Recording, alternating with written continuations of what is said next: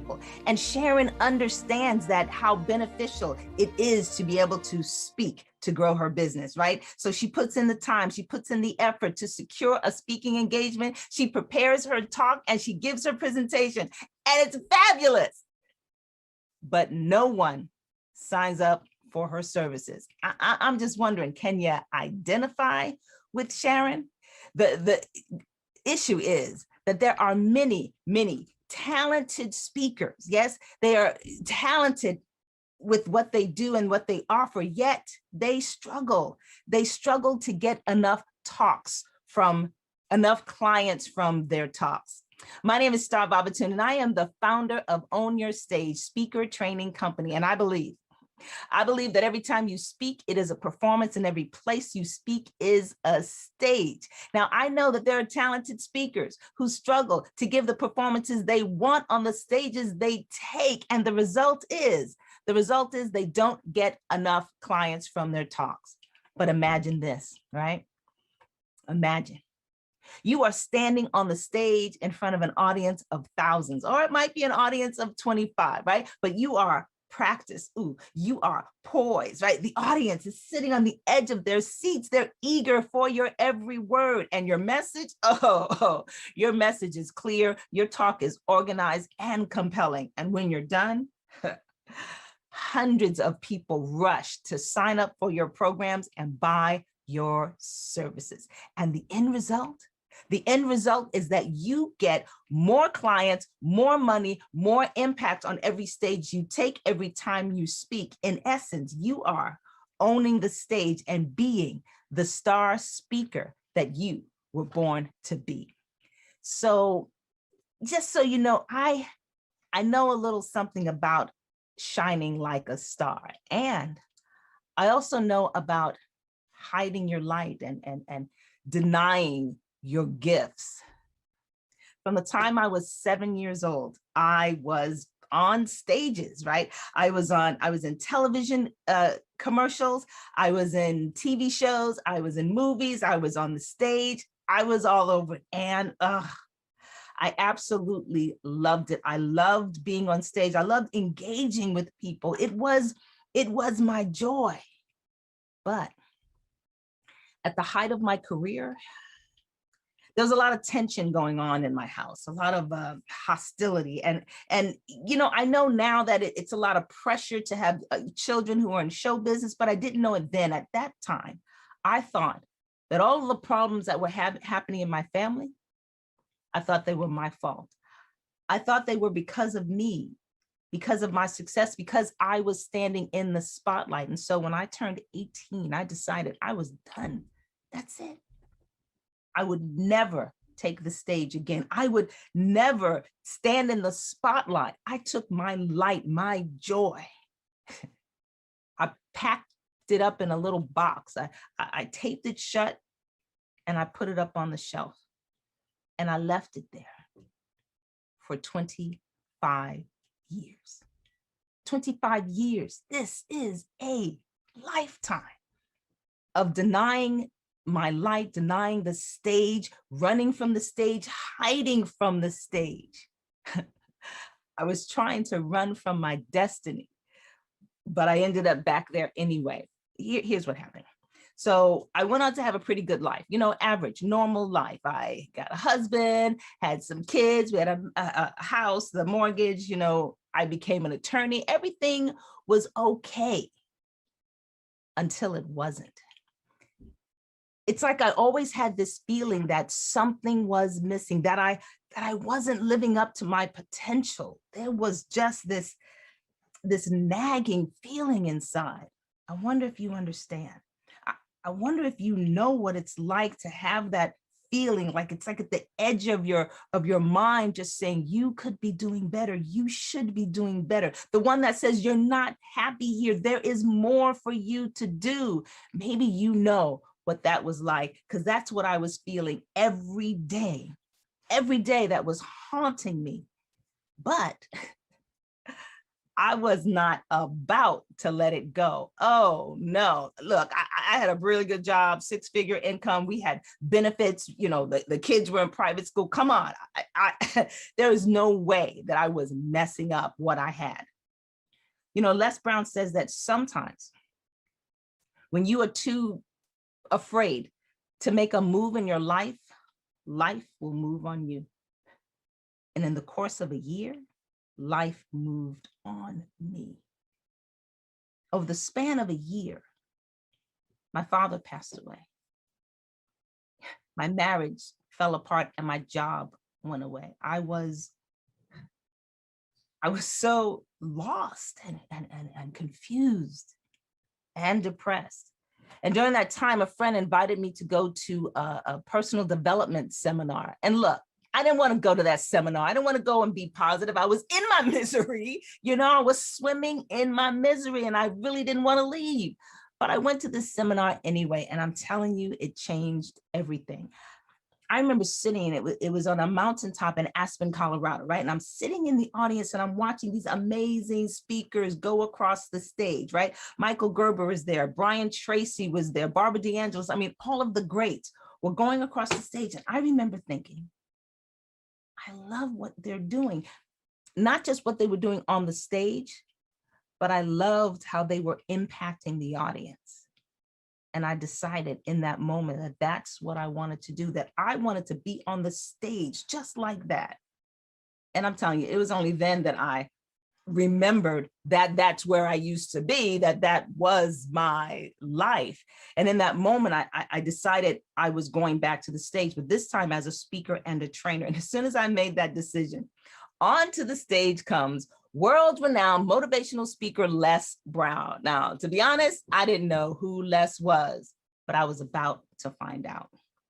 Les got up on that stage. Whew, and I'm telling you, the man had a private conversation with me. I know there were 2,000 other people in the audience, but the man had a private conversation with me. And he asked me if I was done hiding my light, if I was done running from my brilliance, if I was done denying my destiny. And after 25 years, I was done. And I was ready to step in and to be the star that I was born to be. And from there began my speaker journey. I ended up working with Les and training with Les. I ran his speaker training program. And, I went on to become the #1 trainer for a national training company. And now I get to do what I love. I get to stand on stages and help. I get to stand on stages and help speakers give dynamic performances every time they speak, every stage they take. Started out on the screen, 10 years as an actress, 10 years as a litigating attorney, 14 years as an award-winning speaker. I was a #1 trainer in sales and performance in a national national training company, and I was trained by Les Brown and ran his speaker training company. And so that is a little bit about me. And what I'm going to talk to you about today is about owning your stage. It's about you being the star speaker that you were born to be. But before we do that, let's just get this straight, right? I believe that every time you speak, it is a performance, and every place you speak is a stage. And now I train and coach talented speakers to give dynamic performances on every stage they take, every time they speak, so they can consistently sell their products and services and make the money that they want and make the impact that they are here to make. Now, before I go on, I got to give you a gift, right? Mama says you don't come to anybody's house to give you a gift. Actually, you're in my house, but that's okay. Still, gifts are coming. And so I have a program called 5 Steps to a Captivating Story. And I want to share that with you because I think that is a perfect complement to the work that we're going to be doing today. All right. So all you have to do to get that is you text the word story, STORY, to 22828. 22828. Text the word story to 22828, or you can send me an email. star@starbabatoon.com, star@starbabatoon.com. All right. So that's that. I want to make sure you're in the right place, because you know what? You might not be in the right place. This talk might not be for you, but let's just see. Right? This is the right place for you if you're a good speaker or a decent speaker, right? But you still struggle to get enough clients, to get enough revenue when you talk, or, you're okay. You're not scared to death, but you don't feel that confident on stage or on camera. Or maybe you are the type that's a little bit unclear in how to put the story or the talk together, how to deliver it, right? Maybe that's your issue. And if those are your issues, baby, you are in the right place, because that's exactly what we are going to talk about today, right? And so, as I've said before, I have over 30 years experience on stages as an actress, as an attorney, where the courtroom was my stage, and 13 years as an international speaker. And I believe that I have learned over that time what it takes to own your stage and be a star speaker. And so what I'm going to do today is I'm going to share with you four strategies that you can use to increase your confidence and your impact and your income. Now, I know that we have a limited time together, right? We're not going to be together that long. And some of you, from what we talk about, you're going to get everything you need. That's going to be brilliant.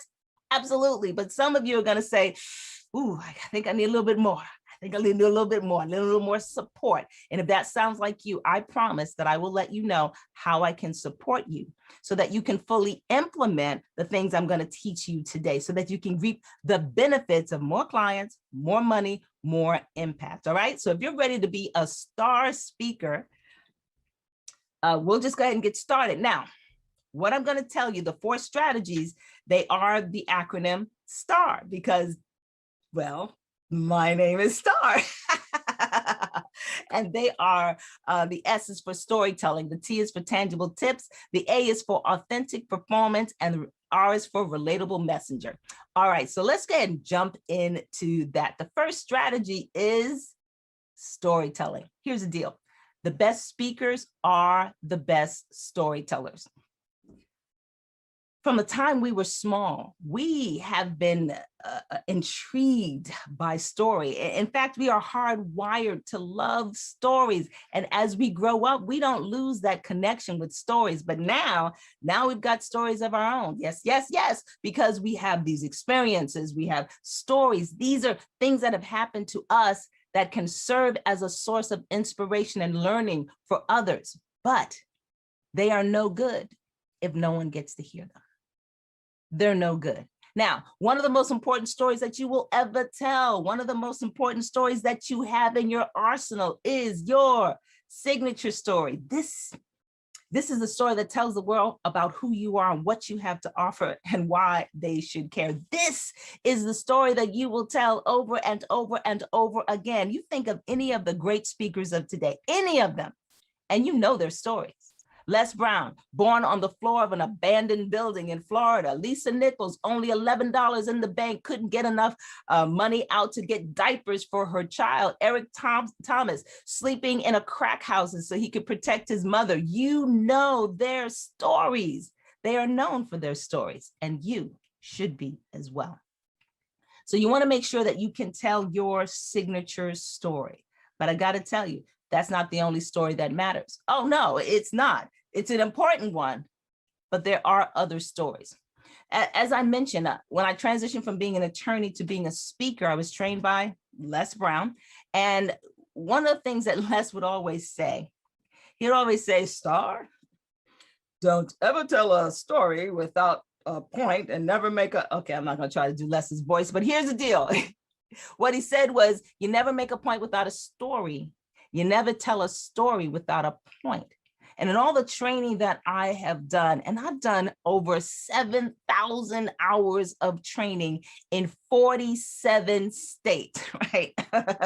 So I've been around a little bit. And as I said, I've earned the title of #1 in sales and performance when I was on the road with the national seminar companies. And I believe to this day that one of the keys to my success in that business, one of the keys that made me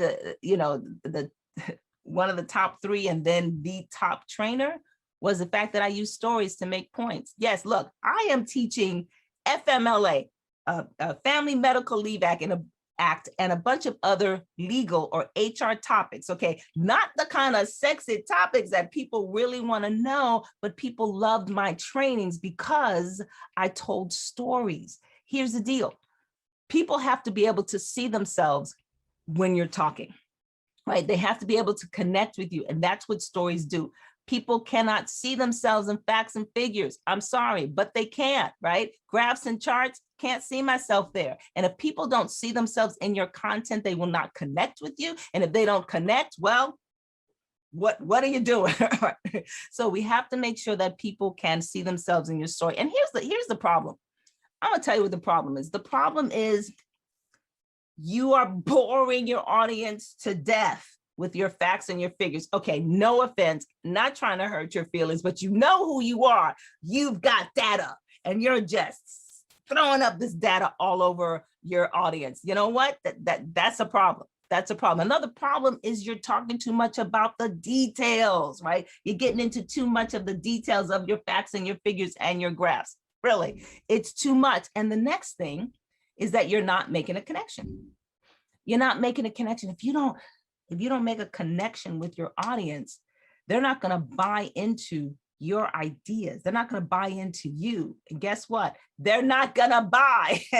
That is just the way it is, right? People have to be able to see themselves in your story. But when you craft and deliver your story in a way that includes them, then they're connected and all things are good, right? So let's just ask you this question. Why would we even tell a story?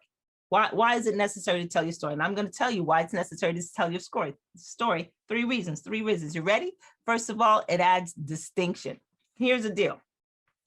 There are thousands of people who do exactly what you do. Look. For real, you know, what are you, health and wellness? Are you in finance? Are you in real estate? There are thousands of people. Oh, you're a life coach. You're a business coach.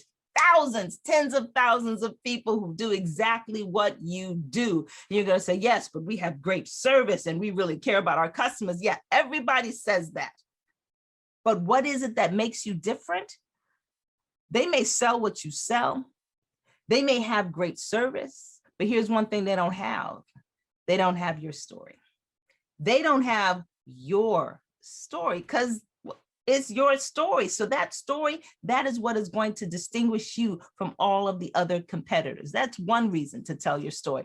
Another reason to tell your story is because it adds connection. It adds connection. And so this is scientifically based, right? I'm not just coming up with ideas about stories. It's scientifically based. Studies have shown that when a person is in storytelling mode, but more importantly, when they're in story listening mode, it releases a hormone in the body. And that hormone is oxytocin. You don't need to know that. Here's what you need to know. That is the same hormone that is released when you're falling in love. You remember falling in love? Yes, the love hormone. This is the same chemical that is released in the brain when people are in storytelling mode. And so you start telling stories, people start feeling that affinity toward you, right?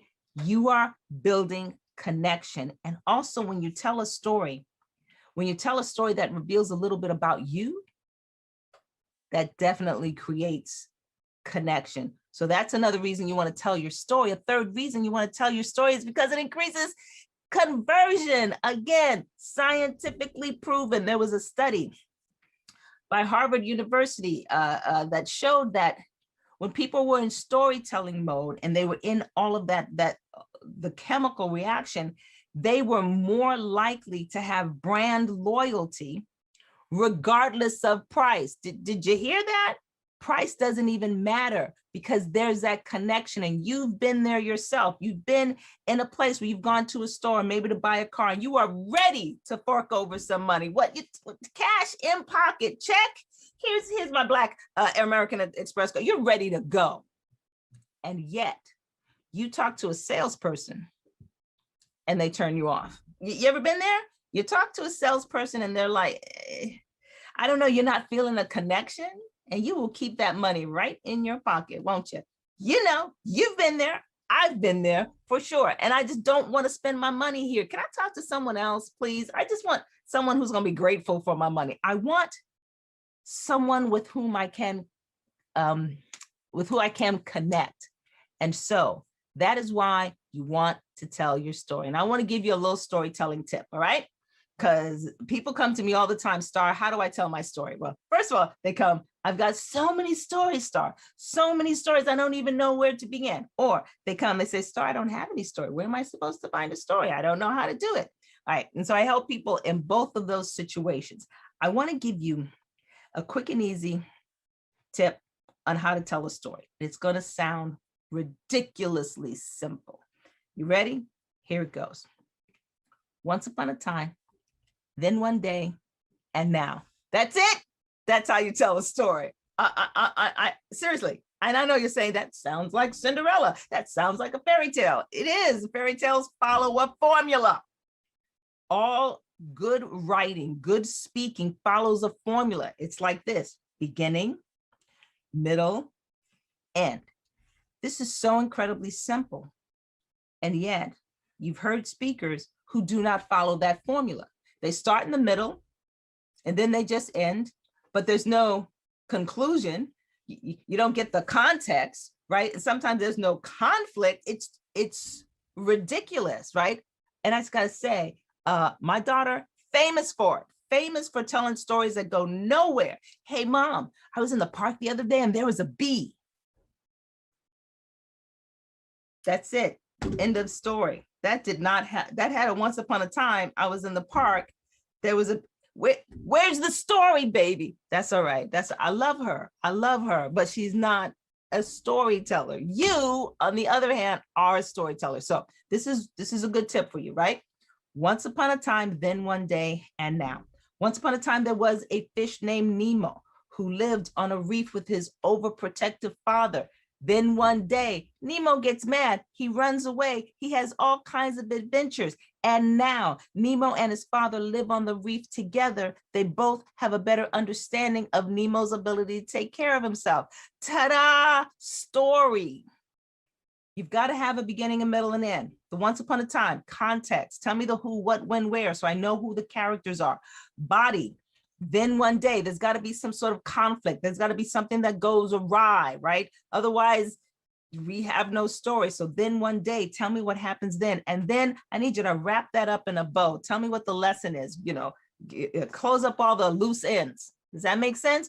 Once upon a time, then one day, and now. 3 tips on how to tell a story, quick and dirty. Now, there's a lot more to it because there's actually a 5-step story model, but this is enough to get you started. All right, so I want to talk to you about Betsy. So Betsy is clear example of too many facts and figures. Here's the deal about Betsy. Betsy is a scientist. She's a biologist, right? And she gets into Arbonne as a distributor and she loves it. Do you know why she loves it? She loves it because of the science. That's why she loves it. She gets into it. So it's skincare and health products, and she's having a great time. But she's telling people, guess what she's telling people? All about the science, because that's the part that she loves. And she is selling like, she's not making good sales. She's not doing a good job. So we end up working together and we worked on her story. Now, she was one of the ones, Star, I don't have a story. I don't think I have a story. I've got nothing to tell. But we worked together. We found her story. We worked on the delivery of her story, and she started doing very well. As you can see from the testimonial, she says, before we started working together, my presentations were full of benefits and features, but nothing engaging. She didn't even think she had a story. And now she's confident when she tells her presentations during her events, and she has seen a 35% increase in her sales, even during a pandemic. This is the power of story, my friend. All right, so that was storytelling. That was strategy number 1. Let's talk about strategy number 2. Strategy number 2, tangible tips. So there are a lot of speaker trainers, speaker coaches who teach storytelling, and that is fabulous. I'm one of them. And while I embrace telling your story and, that it's great, you got to learn how to tell your story. Absolutely. It's one of the, best things that you can do. But here's what I also know is your story is not enough. What? Yes, I said it. Your story is not enough. It's a great place to start. But guess what? People want more. People need more.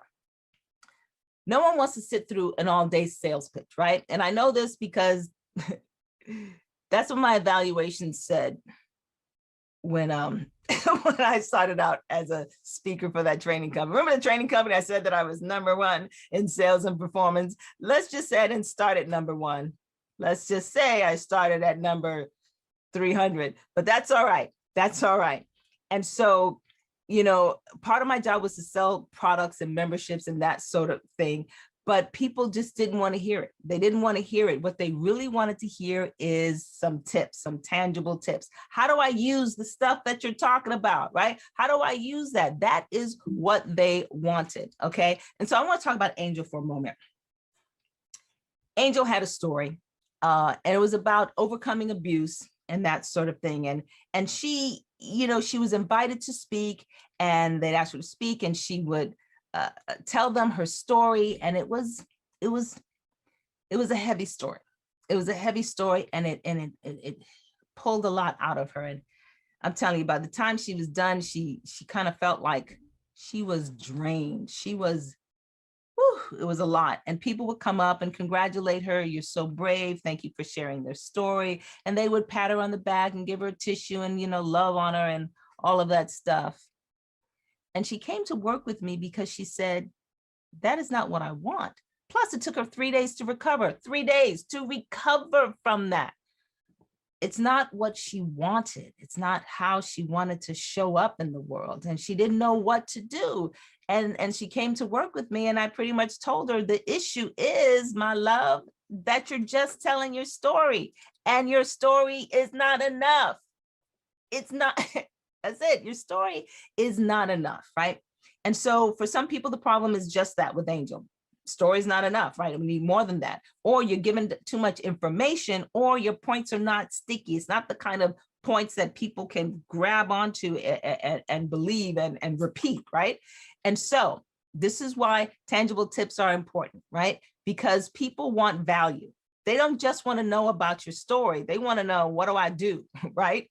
They want something that they can use in real life. How can I apply this to my life today, right? I need to get outside of a book. I need to know what to do. And when you give tips, you engender trust. People have a little more trust for you because you're not telling them a story. You're also telling them, here's what you do. Here's how you make it happen, all right? So how do you create tangible tips, Star? How do you do it? I'll talk to you about it. The first one is stop trying to give everything. Stop trying to teach everything you know. I need you to back up. I need you to back up. Let us say that you went to a buffet, right?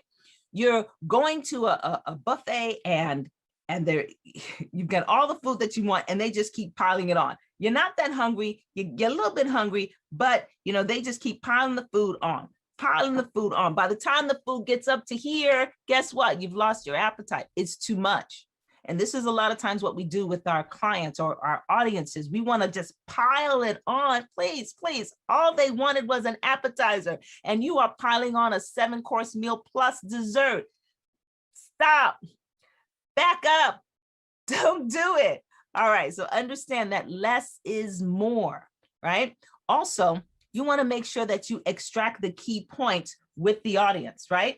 You want to make sure that the audience knows exactly what your key points is. And what that's going to take is for you to know your key points. Again, some of the things are simple, but people don't know them. What are your key points? What are the key takeaways for the audience? Be clear on that, right? And then you want to keep it to about 3 to 5 points, 3 to 5 points. I was coaching with a person just the other day. And I was like, well, what did you learn from that experience? Because we're trying to get her 3 points. And she says, well, I learned this, and I learned this and that. Oh, and this thing. Oh, and this other thing. And I'm like, I get it. I get it that you learned a lot, but we're doing a 5-minute talk, a 10-minute talk. You cannot give me the 17 things that you learned. I need you to distill them into 3 to 5 points. right? Because studies have shown that we humans, we can remember about 3 to 5 things at a time, right? Think about your phone number. What is your phone number is 10 numbers, right? But it's divided into 3 sections because the brain can remember 3 things, right? Of course, nowadays we're all using our phones, so we're not remembering anything. But my point is,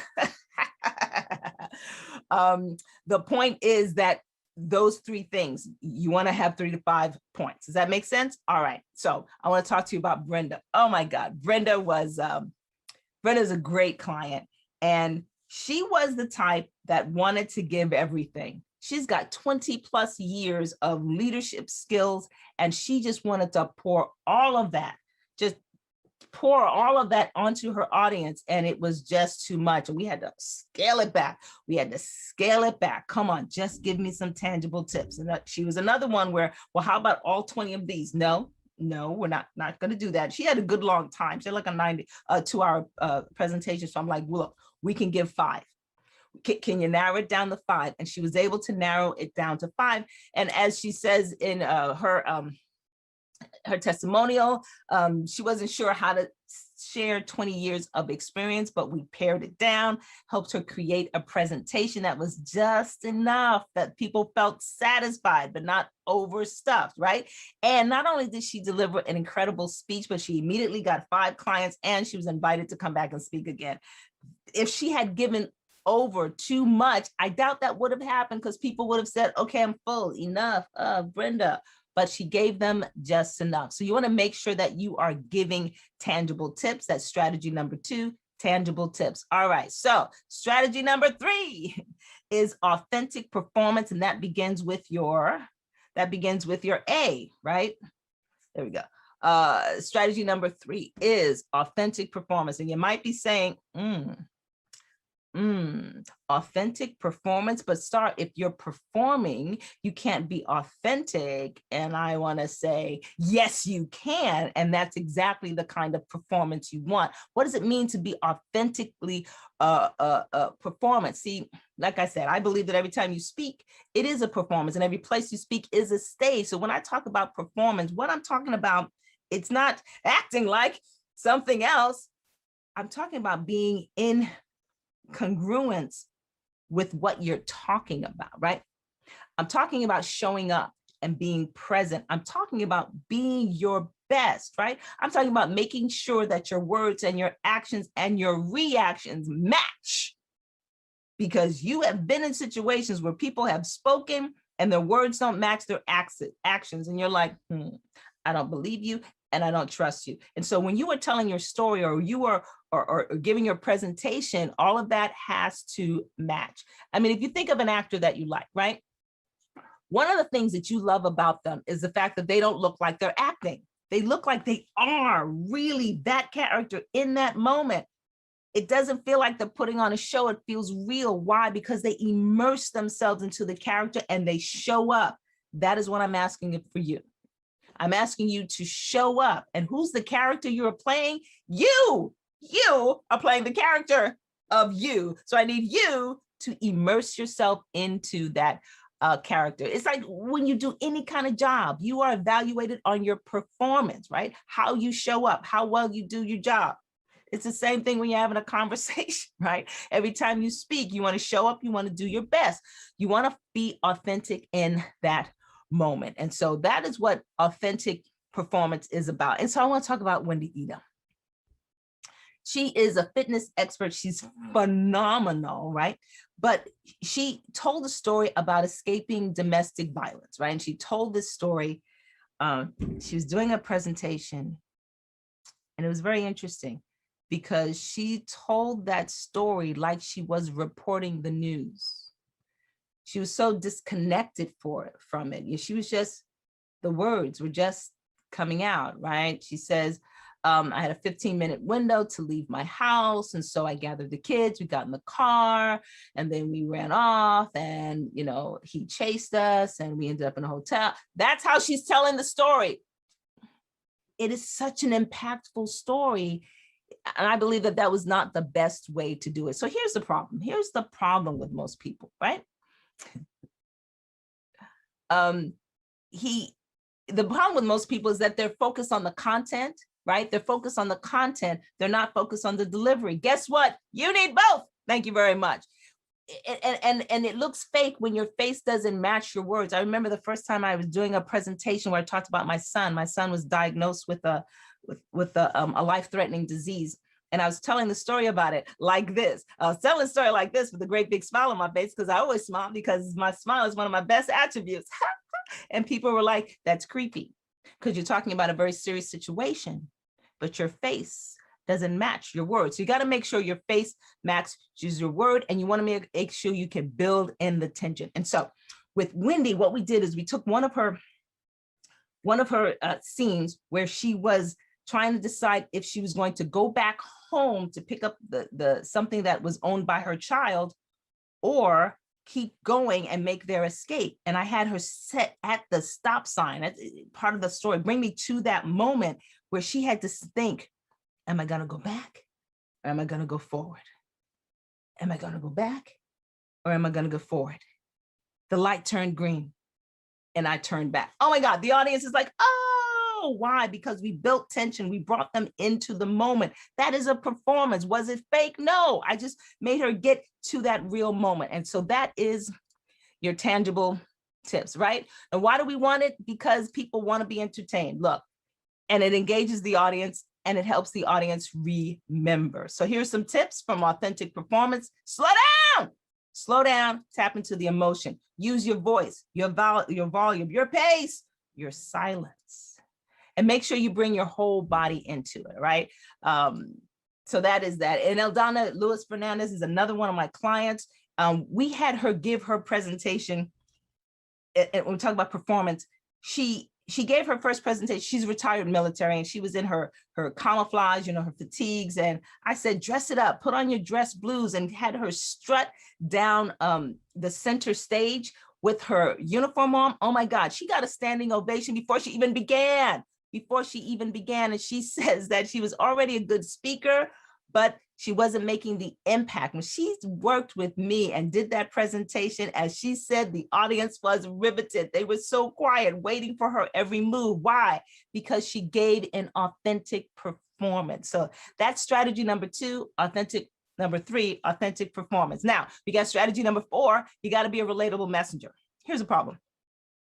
You want to tell your story, and you don't want anyone to know all the bad stuff. So you appear too normal, too unreal, too perfect. Nobody connects with you. They don't believe you understand my pain, right? And the audience doesn't believe your solution can work for them because they're not seeing it in you. There's no connection with the audience. So why is this important? When you have, when you're a relatable messenger, it increases the know, like, and trust factor. And that's when people buy. They buy when they know, like, and trust. It allows people to see you in themselves, or see themselves in you, to know that you fall, you get up, you have pain. They want to know that, and encourages people to take action, because they will come back and say, look, if he can do it, if she can do it, then maybe I can do it too. So here's some tips. Here's some tips on how to be relatable. First of all, get out of your head. Get out of your head and thinking about yourself and what the audience is going to think about you. Think about you are here to serve them. Go ahead and be vulnerable. Let them know that you have scars, that you have pain. Not too much, but you want to let them know that you have this pain, so they can say, yes, he hurts just like I hurt. When you cut him, does he not bleed? That's what we want to know, right? And make it about the audience. So I love this poem by Nikita Gill. She says, there's nothing beautiful about the wreckage of a human being.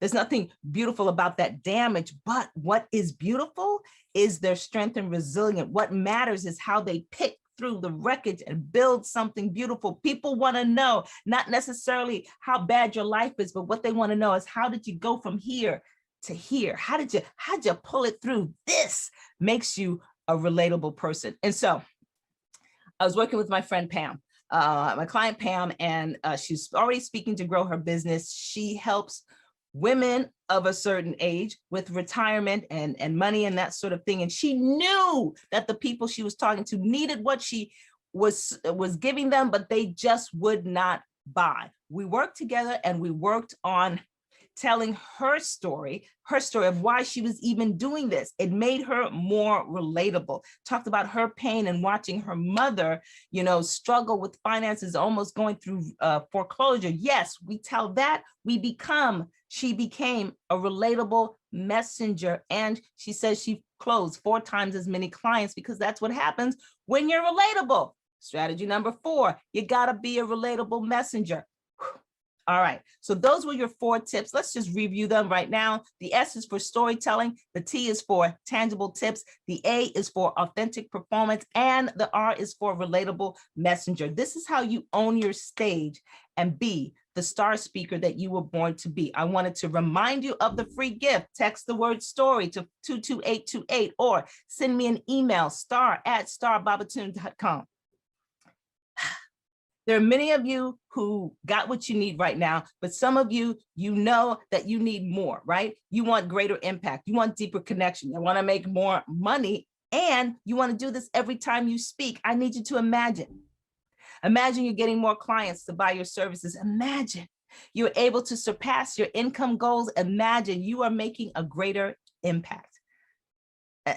To be honest with you, you have a choice. You can stay where you are, frustrated, boring, disconnected, inauthentic, not meeting your income goals, or you could get training. You could get training so that you can make deeper connections, have greater impact, do more sales. You could be the star speaker that you were born to be. Here's what I'd love you to do.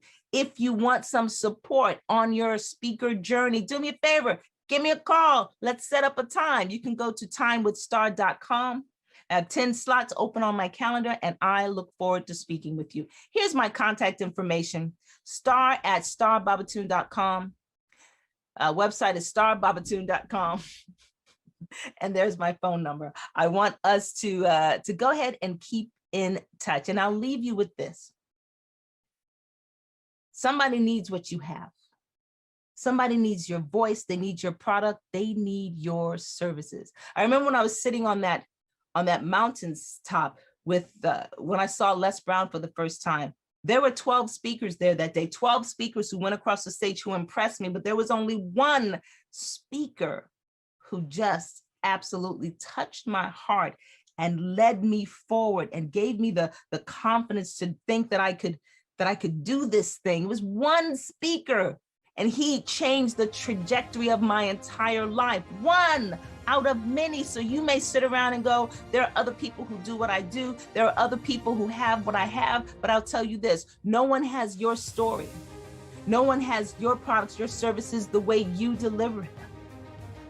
And so whatever it is that you do, I invite you to stop hiding, stop denying, stop deflecting your gifts. I encourage you to embrace your inner light and to be the star speaker that you were born to be. My name is Star Babatoon, and I'll see you next time.